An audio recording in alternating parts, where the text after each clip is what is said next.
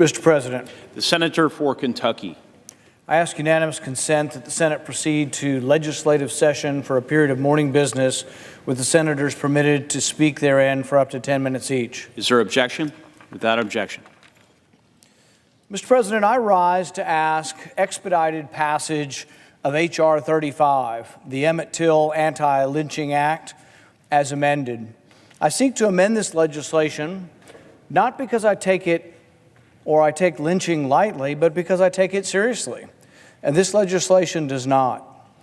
Lynching is a tool of terror that claimed the lives of nearly 5,000 Americans between 1881 and 1968. But this bill would cheapen the meaning of lynching by defining it so broadly as to include a minor bruise or abrasion. Our nation's history of racial terrorism demands more seriousness from us than that. W.E.B. Du Bois wrote in his autobiography about the 1899 lynching of Sam Hose in Georgia.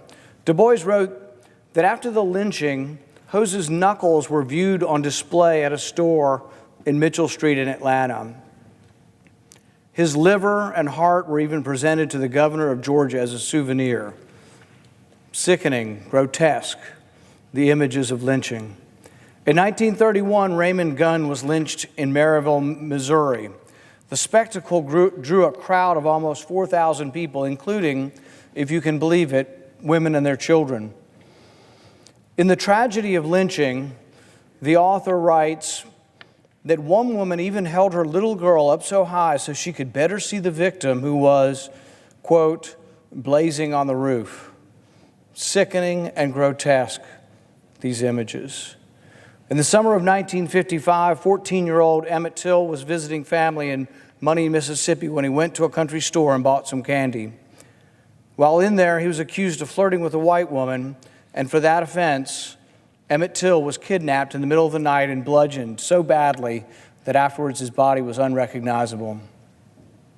He could only be identified by the ring he was wearing. After seeing her son's remains, his mother insisted on an open casket funeral so the whole world could see what the killers had done to her son. We must remember the murders of Emmett Till, Raymond Gunn, Sam Hose, and the thousands of others whose lives were destroyed by the barbarity of the lynch mob. But this bill will not do that. This bill would expand the meaning of lynching to include any bodily injury, including a cut, an abrasion, or a bruise, physical pain, illness, or any other injury to the body, no matter how temporary. Mr. President, words have meaning. It would be a disgrace for the Congress of the United States to declare that a bruise is lynching, that an abrasion is lynching, that any injury to the body, no matter how temporary, is on par with the atrocities done to people like Emmett Till, Raymond Gunn, and Sam Hose, who were killed for no reason but because they were black. To do that would demean their memory and cheapen the historic and horrific legacy of lynching in our country. As Congressman Amash stated, to be clear, the bill does not make lynching a new federal hate crime. Murdering someone on account of their race or conspiring to do so is now illegal under federal law. It's already a federal crime, and it's already a hate crime. He's right. We have had federal hate crime statutes for over 50 years, and it has been a federal hate crime to murder someone because of their race for over a decade. Additionally, murder is already a crime in 50 states.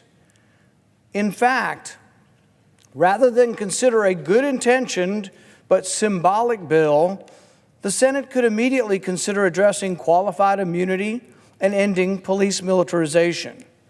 We can and must do better.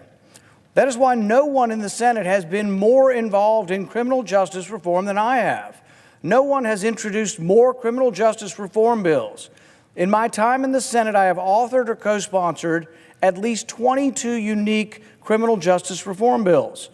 I am acutely aware of the injustices perpetrated year in and year out in our cities. But reform needs to be more than window dressing.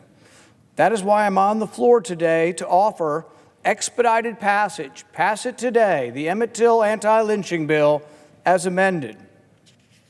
Lynching is a particularly vicious kind of murder, and a federal law should treat it as such.